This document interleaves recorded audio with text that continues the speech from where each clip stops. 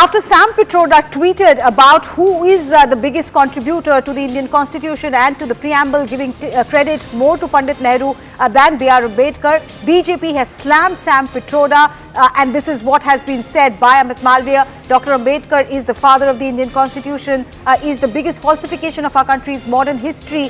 This is what is being said. I'm just reading out what Amit Malviya is saying after Sam Pitroda's tweet. This is absolutely shocking, is what Malviya says. Rahul Gandhi's close aide and mentor Sam Pitroda insults Babasaheb Ambedkar, undermines his contribution to the framing of India's constitution, and like all things Congress gives credit to Nehru. He goes on to say that Congress is anti-Dalit. And why is all of this being said? Because Sam Pitroda in a tweet questioned who contributed more to the constitution and its preamble. It's Nehru and not Ambedkar. Pallavi Ghosh is with me on the phone line. Pallavi, Sam Pitroda is not helping matters in an election year by questioning B.R. Ambedkar's contribution to the Indian constitution. BJP seizing that opportunity.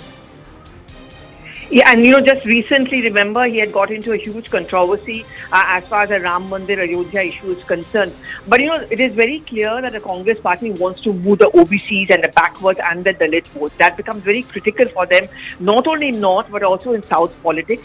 And much of Rahul Gandhi's yatra is also going to be focusing on the Dalit outreach, especially when he enters into Uttar Pradesh.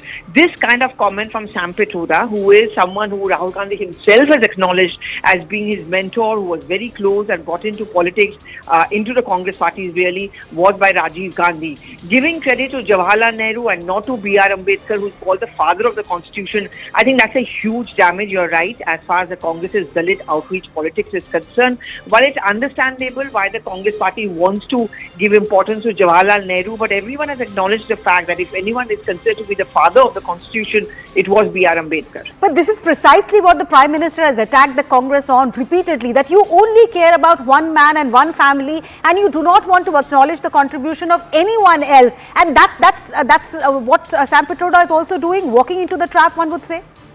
Yes, absolutely, and I'm going to wait to see what more reaction comes in from the BJP on the fact that, one, you are rejecting the contribution of Ambedkar, you are disrespecting the Dalits, but more importantly, it's not just about B.R. Ambedkar. When it comes to issues like Subhash Chandra Bose, Sardar Patel, the BJP and the Prime Minister specifically have accused the Congress party of rejecting and neglecting those leaders who do not belong to a Nehru-Gandhi dynasty. And thereby, it's just going to add on to one more damage, not just because of an election year, but also because of the perception that they have been able to effectively build up against the Congress. Right. This article that Sam Pitroda has quoted, Pallavi's tweet, is written by Sudhindra Kulkarni, somebody who's been associated with senior leaders of the Bharatiya Janata Party in the past, but who eventually fell out. Would the Congress use that to justify, to do damage control? See, Sudhindra Kulkarni was considered to be very close to L.K. Advani at one point of time, but of late he has been speaking the voice of the India Front and of the Congress party. So the BJP, in any case, has distanced itself from Sudhindra Kulkarni.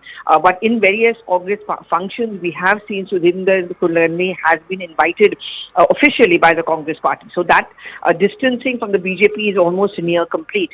Sam Pitroda made this comment not just in reference to an article, but also recently when he held a press conference in Chicago on the National Voters' Day, and he's been the one who's been raising questions over the EVMs and the VVPATs. That's also when he made a reference to the fact that one also has to give that acknowledgement or credit to Jawaharlal Nehru as far as India's electoral, political as well as the constitutional system is concerned. Right. Pallavi, thank you so much for giving us that reference and that understanding of how this is becoming the latest flashpoint between the Congress and the Bharatiya Janata Party.